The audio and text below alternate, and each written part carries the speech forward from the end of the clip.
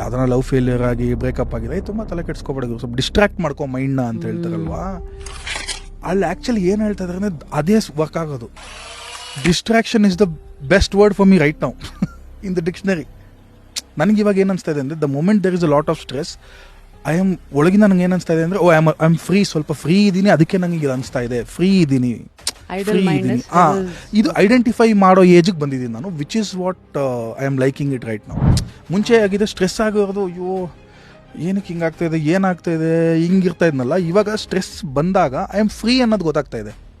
No I have to purposely become occupied. ಇವಾಗ ಸದ್ಯಕ್ಕೆ ಒಂದು 3 hours ಆಕ್ಯುಪೈಡ್ ಆಗಿದ್ರೆ 1 hour 50% ಸ್ಟ್ರೆಸ್ ರೆಡ್ಯೂಸ್ ಆಗಿರುತ್ತೆ, ಇನ್ನು ನೆಕ್ಸ್ಟ್ ಅವರ್ ಇನ್ನೊಂದು 20% ಆಗಿರುತ್ತೆ.